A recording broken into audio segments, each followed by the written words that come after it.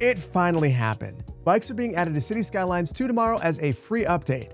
And along with bikes, we're getting a handful of free assets, many of which I think you're really gonna like. New content is always welcome, and it's great to see highly requested features showing up in the base game.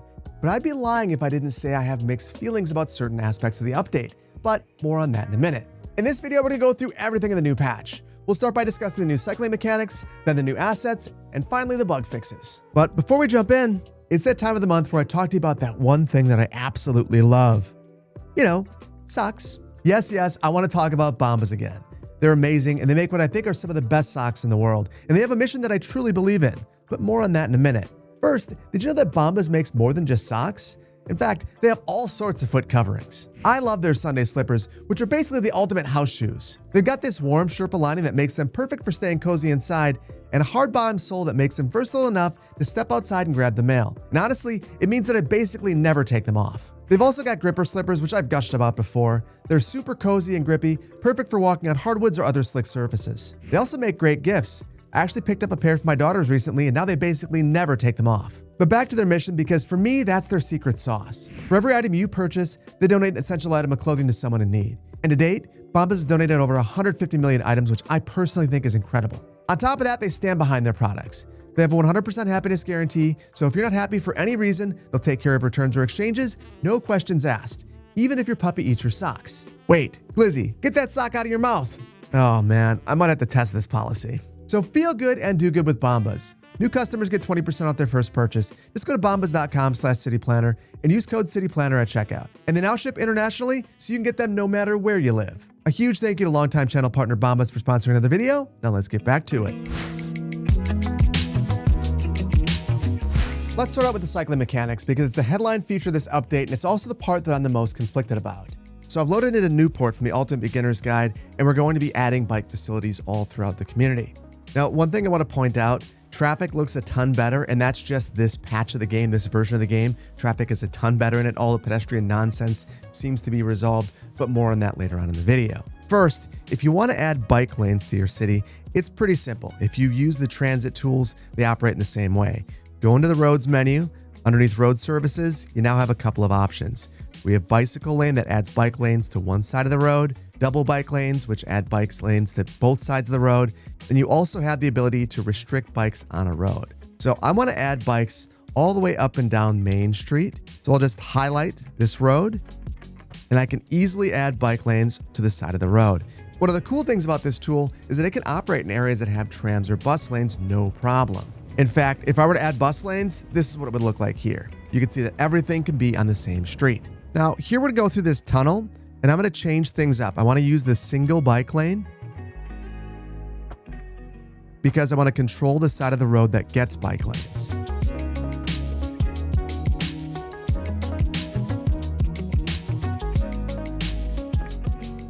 So now we've added bike lanes throughout the entire community, but let's say we want to do something even better and we want to have a dedicated bike path. We can do that now as well. Just go underneath landscaping, and there's now a bicycle pathways and keys tab. We've got a couple of options: a one-way bicycle path, a two-way bicycle path that's bidirectional, a divided wide pedestrian bicycle path. This is a multi-use path. And then we have two key wall variants with the same designs that we've become accustomed to recently, a cable-stayed bicycle bridge, a covered bicycle bridge, and a bicycle arch bridge. So let's create a dedicated off-street facility using the two-way bicycle path. Now, these work exactly the same as all the pedestrian paths that have been in the game since launch, so they should be fairly familiar to use.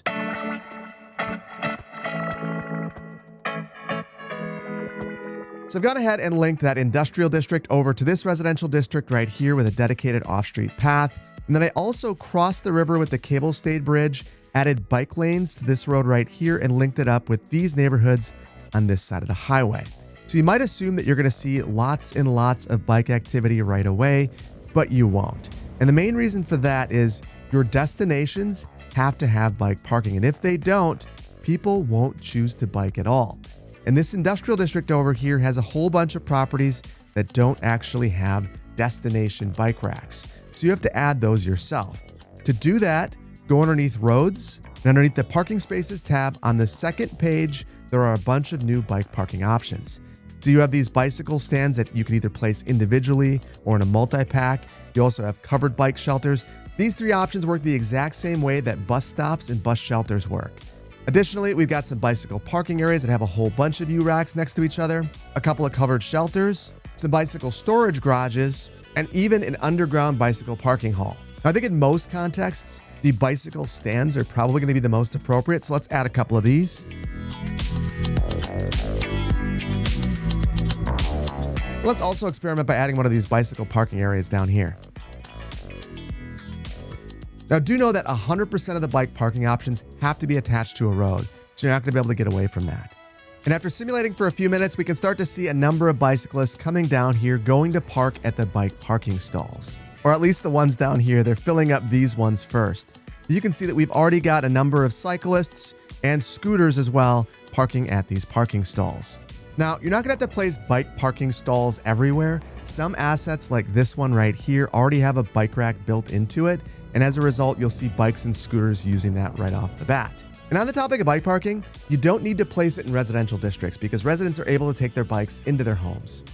And then finally, to juice utilization in the downtown area, I've added one of these underground bike parking halls. This has 502 bike parking capacity, and you can add a bunch of these upgrades, which are side entrances that add even more capacity. So you can see I've got the side entrance across the street. Now, that will cause a whole bunch of bike activity in this area. And if you want to control that, one of the ways that you can do it is the bicycle restrictions. So you can add that to the street, and now cyclists cannot take the drive lane. You get this little icon on the road right here. And that basically restricts them from taking the drive lane. They can only operate in the bike lane. Another way you can do this is through district policies. If you take a look at a district, you're going to notice two new cycling-related policies. The first is bicycle traffic restriction. This bans cyclists from operating in roads, so they won't be able to mix within vehicle traffic lanes. And the purpose of this policy is to reduce traffic congestion caused by bicyclists. They'll still be able to operate in off-street facilities and in bike lanes, but again, not in the general purpose travel lanes. The second is the Urban Cycling Initiative, and this promotes cycling as an alternative to driving. This also gives cyclists a small health bonus. Now, in my tests, it's really easy to see the effects of the bicycle traffic restrictions policy. If you enable this, you're just not going to see bicycles operating in the middle of roads anymore.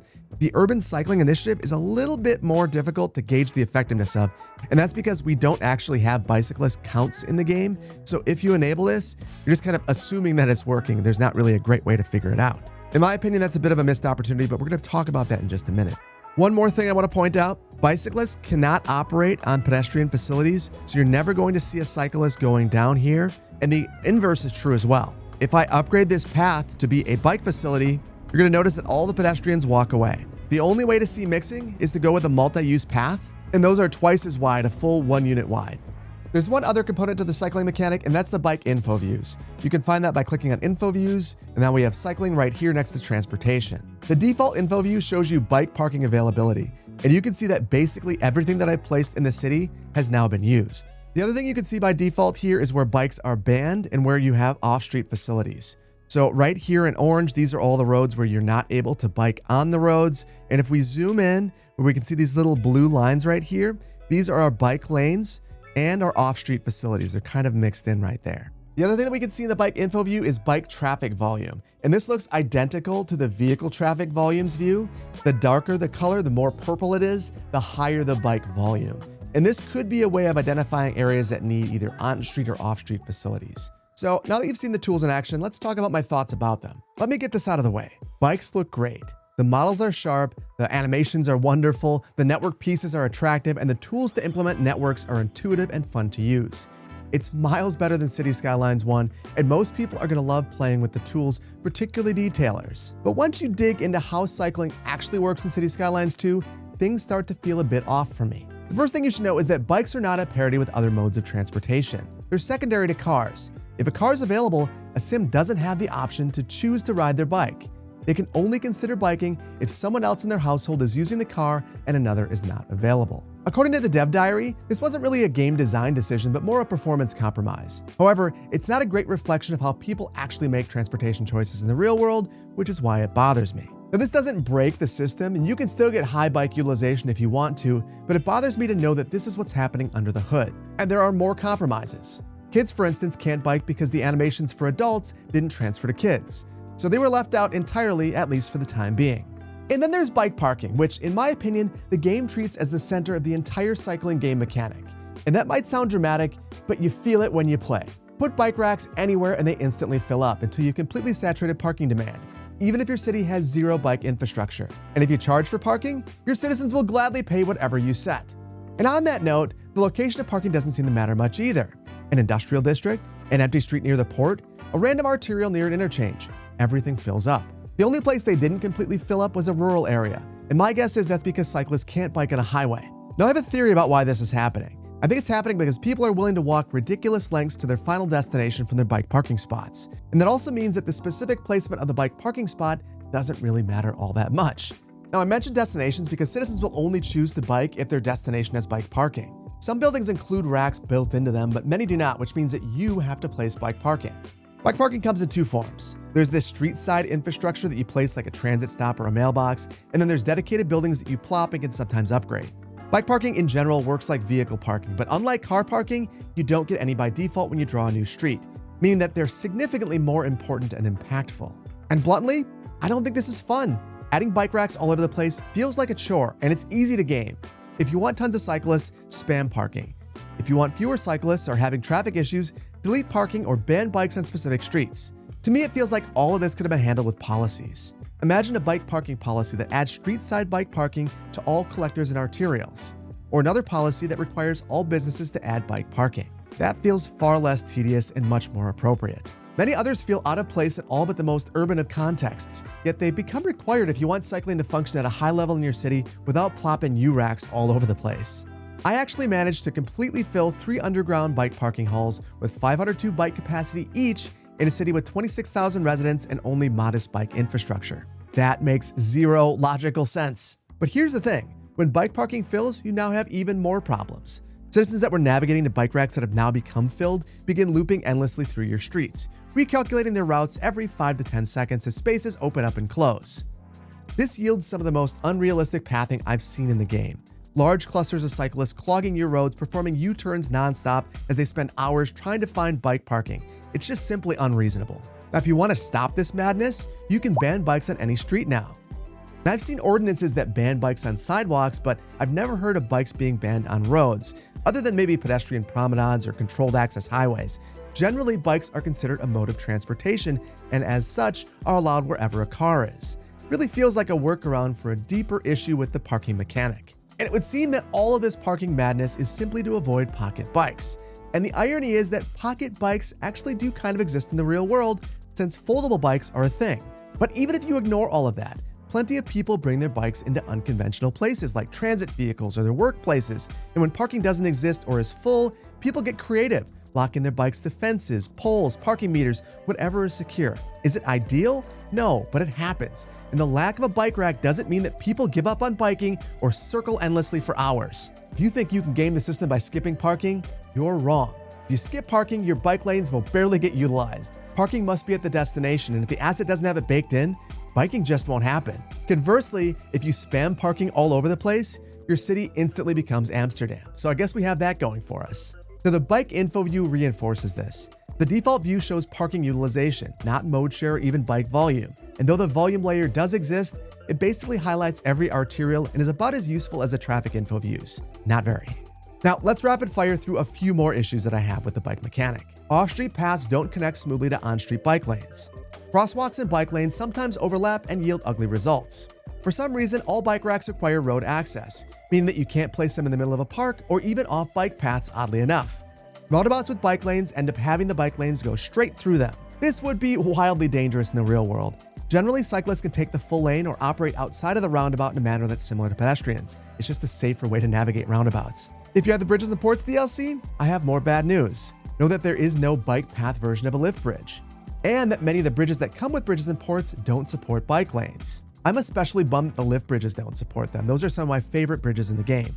And here's one that bothers me. Scooters are treated exactly like bikes, and there's no management tools to restrict or incentivize them at all. And finally, while there are 2 new district policies that have been added to the game, which is exciting, the poor bike info views make judging their effectiveness effectively impossible. So I guess in summary, while the mechanic is attractive and many of you will be able to overlook my issues, in my opinion, the system has issues at its core and it needs more time to bake.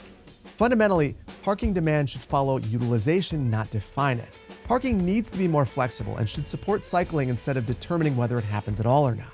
Okay, that was pretty pessimistic, so let's move on to things that I'm much more positive about. The assets that come with this update are genuinely great.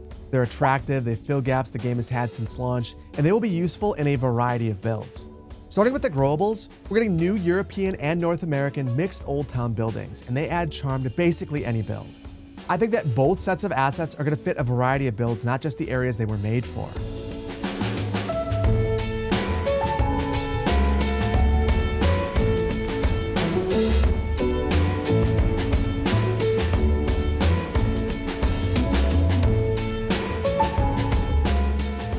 I'm especially excited about these North American assets that have this French Quarter vibe. I really can't wait to see someone recreate Bourbon Street. I think it's going to be so cool. And these European buildings are going to work well in my Midwestern builds because we have so much German-inspired architecture. In addition to those, we're also getting some new low-density residential assets for both the European and North American styles. And in my opinion, these are some of the best-looking low-density assets in the vanilla game, bar none.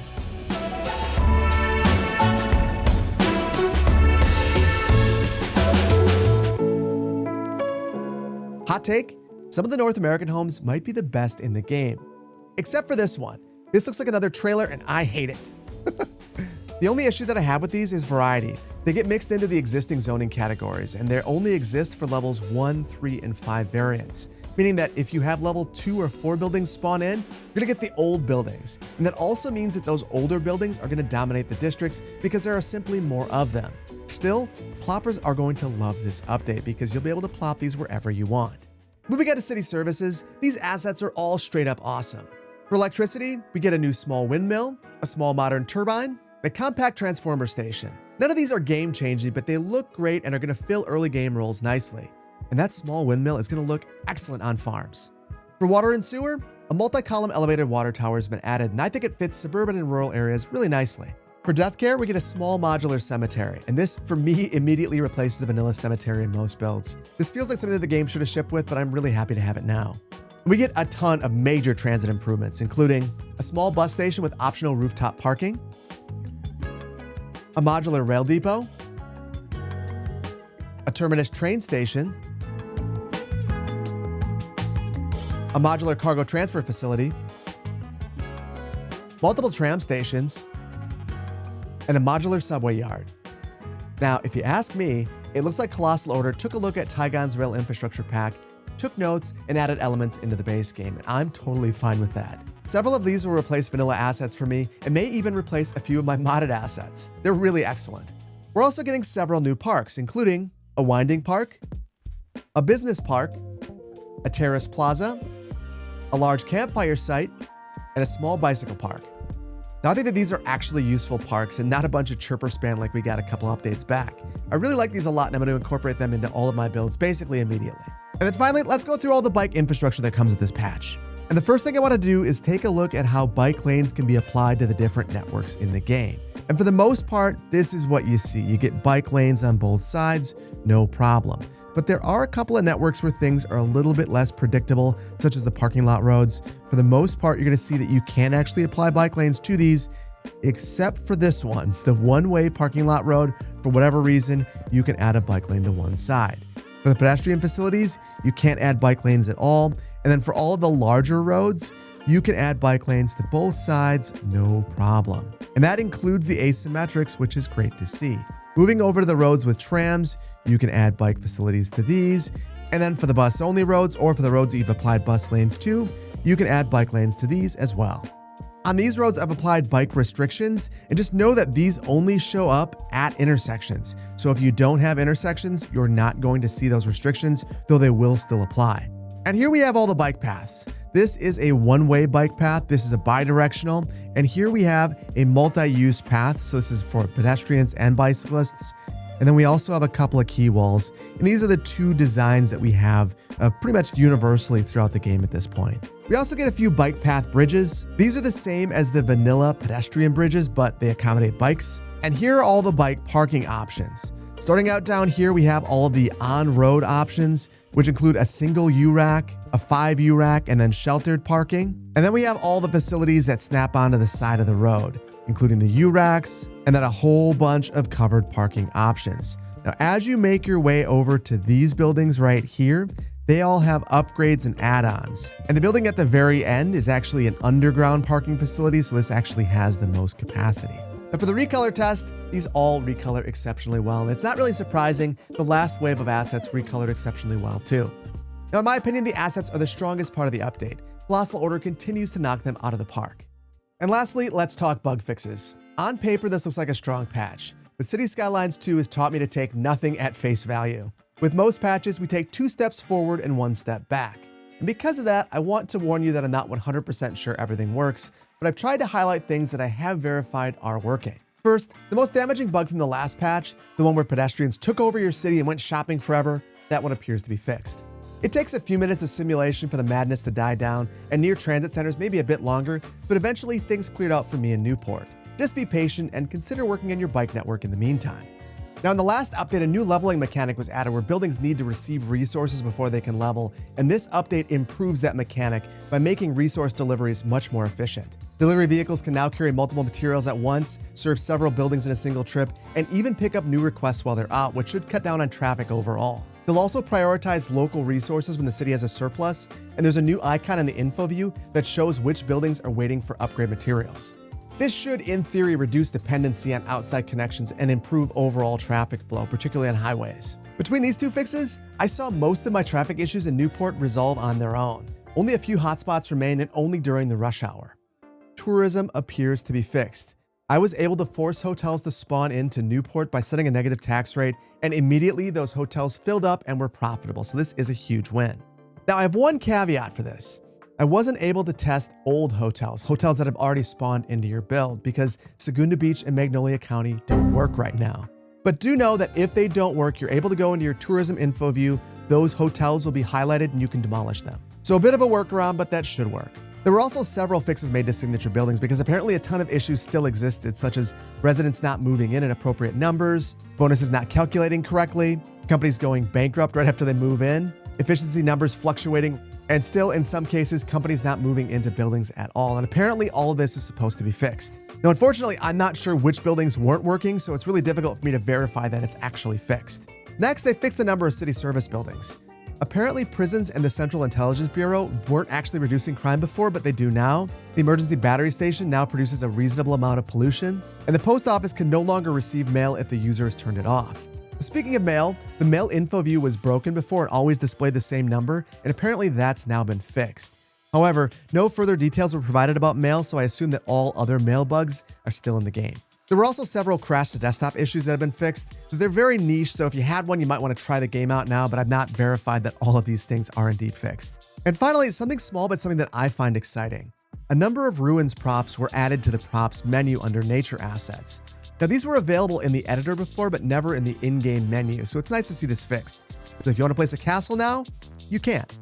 It seems like this is actually a really high-quality bug fix patch that should make the game more playable and much more enjoyable. But as always, your mileage may vary, and things might change as I get more experience with this patch. But for now, I feel very optimistic about it. So to wrap things up, this patch is a bit of a roller coaster. Many of you are going to have a great time with it. For others, bikes will frustrate you a bit. But at least it looks good and it's predictable, even if the underlying design needs another pass, at least in my opinion. The new assets are excellent. They fill gaps, they look great, and they'll get used in basically every build. And like I said, the bug fixes are really promising, but Cities Skylines 2 has had a number of patches that appear to be promising, only to kind of fall apart after playing for more hours. So we're gonna have to wait on the final verdict on the patch. I've thought that there are just a couple of things that are needed to bring people to the game. I think it's bikes and the asset editor. Once those two things are out, a lot of people are going to feel like Cities Skylines 2 is actually launched, and they're going to migrate from Cities 1 to Cities 2. So this is the first step in that. And with that, we're going to leave it here. I really hope that you found this video to be helpful. If you did, please hit the like button. If you're not subscribed to the channel, please consider doing so. And I want to thank you so much for your time today. There's a million things that you could have been doing, but you decided to hang out with me and go over this patch, and for that, I appreciate you, and I appreciate your time. Thank you so much, and I'll see you in the next one. Take care. Bye-bye.